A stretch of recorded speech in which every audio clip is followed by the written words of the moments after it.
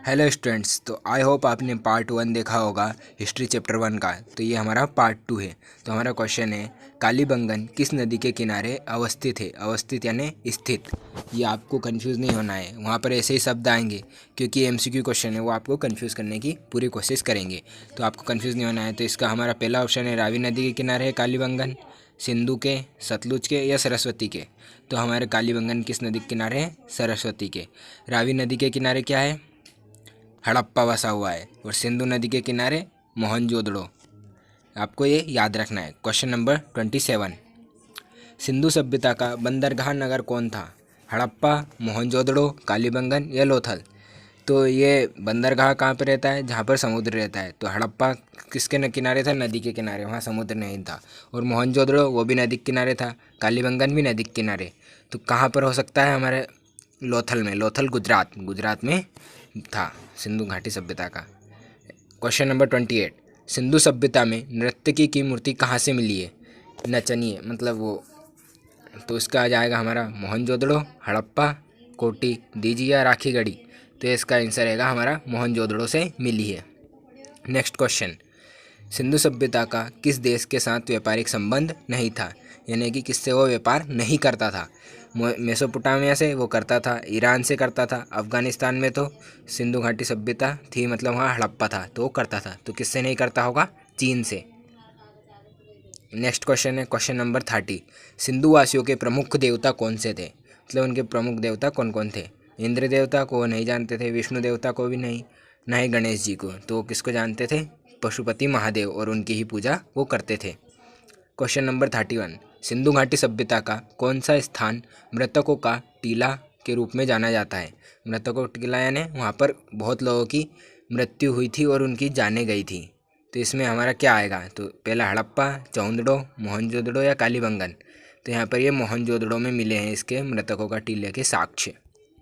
Next question है question number 32, Sindhu घाटी सभ्यता का कौन सा स्थल सिंध का बाग कहा जाता था? मतलब सिंध का बाग किसे कहा जाता था? मोहनजोदड़ो को, हड़प्पा को, लोथल को या कालीबंगन को। तो इसमें हड़प्पा किसके किनारे थे? रावी नदी के, लोथल समुद्र तट के किनारे, कालीबंगन सरस्वती नदी के किनारे। तो इसमें क्या आ जाएगा हमारा? मोहनजोदड़ो। सिंधु नदी के किनारे सिंधु घाटी सभ्यता, जहाँ पर भी सिंधु लगे मतलब मोहनजोदड़ो। ये आपको क्लियर रहना चाहिए माइंड में। नेक्स्ट क्वेश्चन है क्वेश्चन नंबर 33, सिंधु सभ्यता में समाज का स्वरूप था, मतलब वहाँ की समाज किसके स्वरूप रहते थे? वो सरनेम किसके पिता का लगाते थे या माता का लगाते थे? तो मातृ सत्तात्मक लगाते थे, पितृ सत्तात्मक, या दोनों का, या दोनों में से नहीं? तो वो मातृ सत्तात्मक थे, यानी कि माता का सरनेम लगाते थे। नेक्स्ट क्वेश्चन है क्वेश्चन नंबर 34, सिंधु घाटी सभ्यता किसके समकालीन नहीं मानी जाती? मतलब कि कौन सी सभ्यता के जैसी नहीं थी वो? तो मिस्र की सभ्यता के जैसी वो थी, मेसोपोटामिया की सभ्यता के जैसी भी थी, क्रीट की सभ्यता के समान भी थी। तो वो किसके जैसी नहीं थी? चीन के समान वो नहीं थी, समकालीन यानी समान। नेक्स्ट क्वेश्चन है क्वेश्चन नंबर 35, सिंधु सभ्यता का क्षेत्रफल किस आकार का था? मतलब क्या वो लोग सब आयताकार में रहते थे, वर्णाकार में, या वृत्ताकार में, त्रिभुजाकार में? तो वो सब सिंधु सभ्यता का क्षेत्रफल त्रिभुजाकार में था, वो त्रिभुजाकार में रहा करते थे। क्वेश्चन नंबर 36, किस सिंधु नदी स्थल में महिला और पुरुष को एक साथ दफनाया गया है? मतलब कहाँ पर उनको एक साथ दफनाया गया है? लोथल में, सतकोतड़ा में, रोपड़ में या बनावली में? ये सब सिंधु स्थल है, तो किस में दफनाया गया है? रोपड़ में।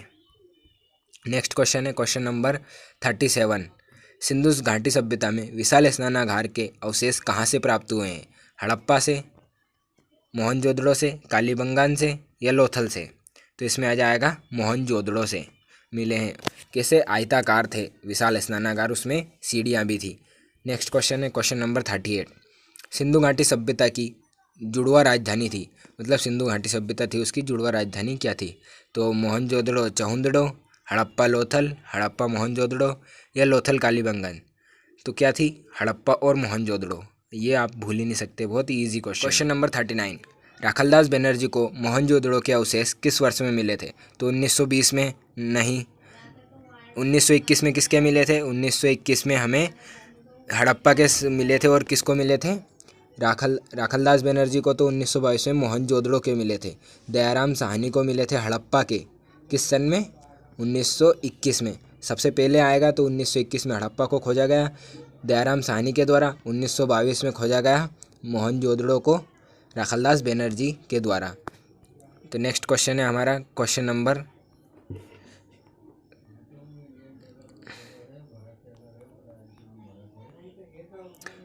40। हल से जूते खेत के साक्ष्य कहाँ मिले हैं? कालीबंगा से, रंगपुर से, लोथल से या रोपड़ से? तो इसमें हमारा आ जाएगा कालीबंगन से, वहाँ पर हल के जूते हुए।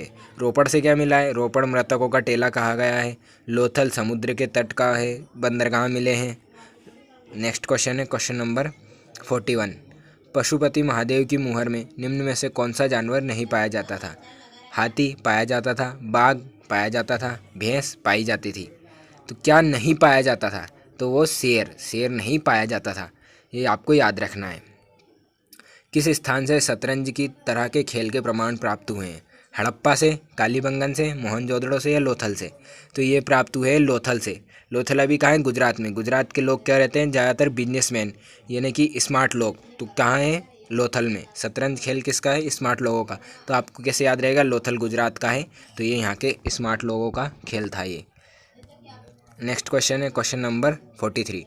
राय बहादुर दयाराम साहनी ने कहाँ उत्खनन करवाया था? तो हमने अभी देखा ही था, मोहनजोदड़ो का किसने किया था? राखालदास बनर्जी ने। कब? 1922 में। और हड़प्पा का किसने किया है? राय बहादुर दयाराम साहनी ने। तो आपको ये याद रखना है, कब? 1921 में सबसे पहला उत्खनन कहाँ गया था? हड़प्पा में।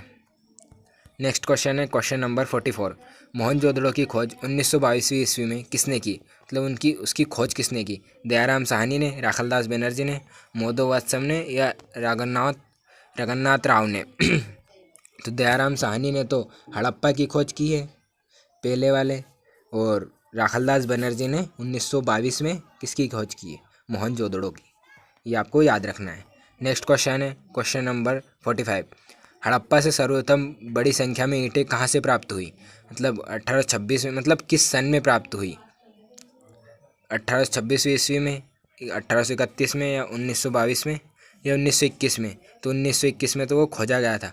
ईंट कब प्राप्त हुई थी? 1826 में सबसे पहले ईंट प्राप्त होने लग गई थी। नेक्स्ट क्वेश्चन है क्वेश्चन नंबर 46। सेंधव सभ्यता से संबंधित स्थल चौहंदड़ों की सर्वप्रथम खोज किसने की थी? NG मजमूदार ने, RC मजमूदार ने, NG मजमूदार ने या RG मजमूदार ने? तो किसने की थी? NG मजमूदार ने। नेक्स्ट क्वेश्चन है क्वेश्चन नंबर 47। सिंधु सभ्यता से संबंधित स्थल रोपड़ का उत्खनन कार्य कराया था, किसने कराया था? SS तलवार ने, रविंद्र सिंह बिष्ट ने, YD शर्मा ने या NG मजमूदार ने? तो NG मजमूदार ने क्या किया था? उनका अभी हमें क्वेश्चन आया था, तो इन्होंने तो किया ही नहीं था। YD शर्मा ने किया था रोपड़ का उत्खनन। नेक्स्ट क्वेश्चन है क्वेश्चन नंबर 48। हड़प्पा सभ्यता की जुड़वा राजधानी क्या है? तो ये हमने अभी किया था, चौहंदड़ो लोथल है, हिसार बनावली है या हड़प्पा कालीबंगन है? कौन सा है? तो ये हड़प्पा मोहनजोदड़ो है। नेक्स्ट क्वेश्चन है क्वेश्चन नंबर 49। सिंधु सभ्यता मेसोपोटामिया संस्कृति की देन थी, यह कथन किसका था? व्हीलर का, गार्डन का, उपयुक्त दोनों का है, उपयुक्त में से किसी का नहीं?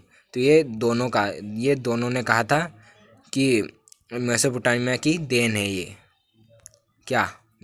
सिंधु घाटी सभ्यता। निम्नलिखित में से वह कौन सा कथन है जहाँ से हल चलाने का साक्ष्य प्राप्त हुए हैं? तो रंगपुर से, हड़प्पा से, आलमगिरी से या कालीबंगन से? तो ये कालीबंगन से। किस नदी के किनारे है? सरस्वती नदी के किनारे हैं। नेक्स्ट क्वेश्चन है मतलब हमारे 50 क्वेश्चन थे। 25 क्वेश्चन के हमारे 2 पार्ट थे। तो आई होप आपको ये दोनों पार्ट अच्छे लगे हों। So please like, share, subscribe.